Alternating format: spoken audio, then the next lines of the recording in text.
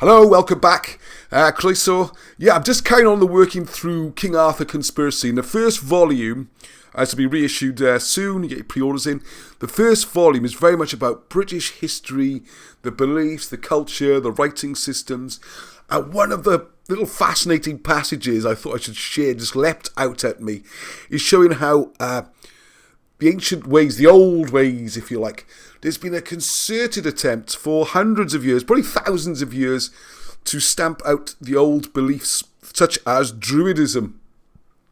Now, what Wilson Blackett very cleverly points out is that you can see abundant evidence for the old druidism, and from this we can try to get an idea of what their beliefs and views used to be.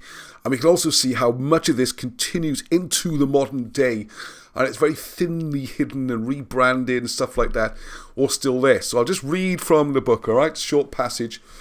So finally, we arrive at the major issue, which has bedeviled everything from 597 AD onwards.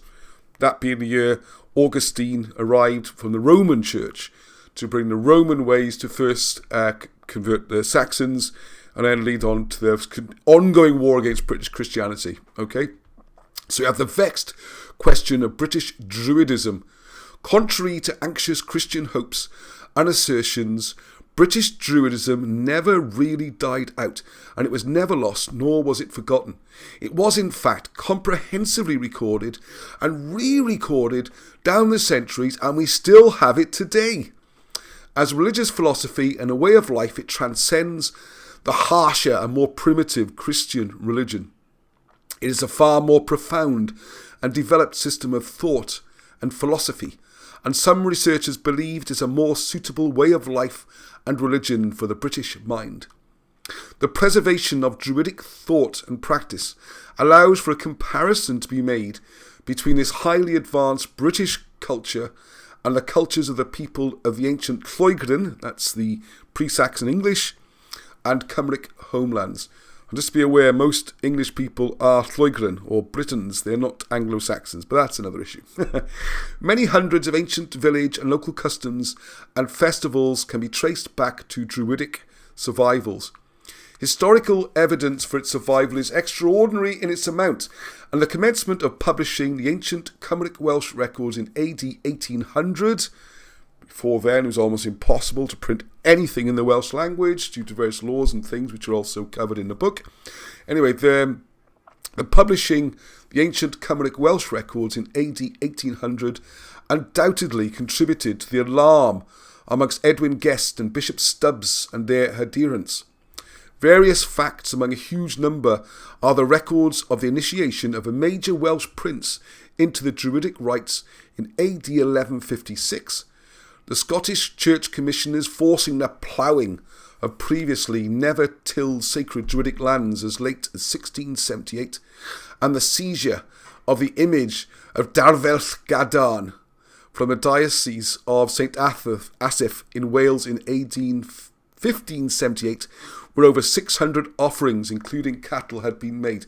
And one thing I've noticed, if you try and get images, a little Google thing to get some images for this video, Darvelth Gadarn has become Saint Derfel, and even in Bernard Cornwell books you got the character of Derfel, so it's almost impossible to trace back by the internet to the old originals for this. Okay.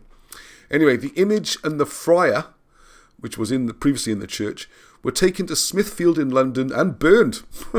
An annual sacrifice of a lame calf was made at St Bwenna's until those times. This, of course, is to say nothing of the Druids of Pontypridd, who reformed and practising in the early 20th century.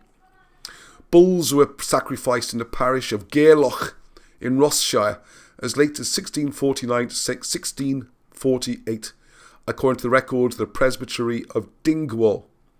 In Cornwall, there are still annual horse ceremonies, as at Padstow, with the death of the old horse on the eve and rebirth of the new on May Day.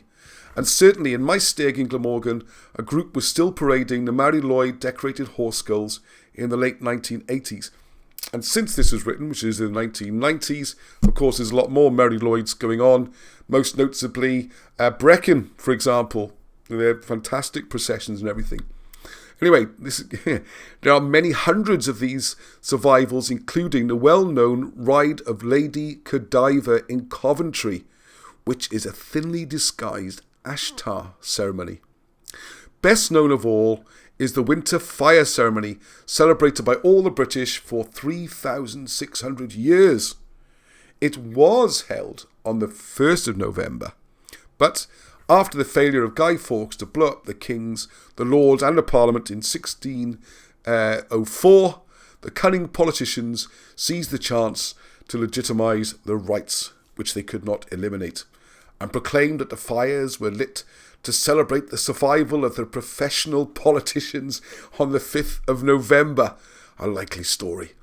And it's the bit I had to add in from last time. Sorry about that.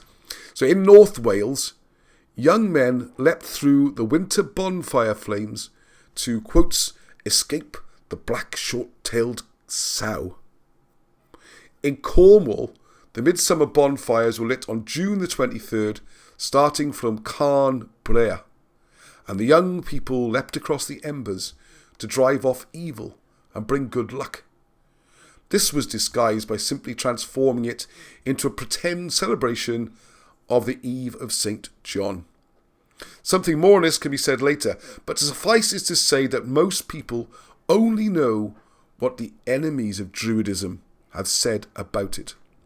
Druidism, in fact, bears no resemblance whatsoever to the popular notions of meaningless sun worship at Stonehenge, well-intentioned as that may be.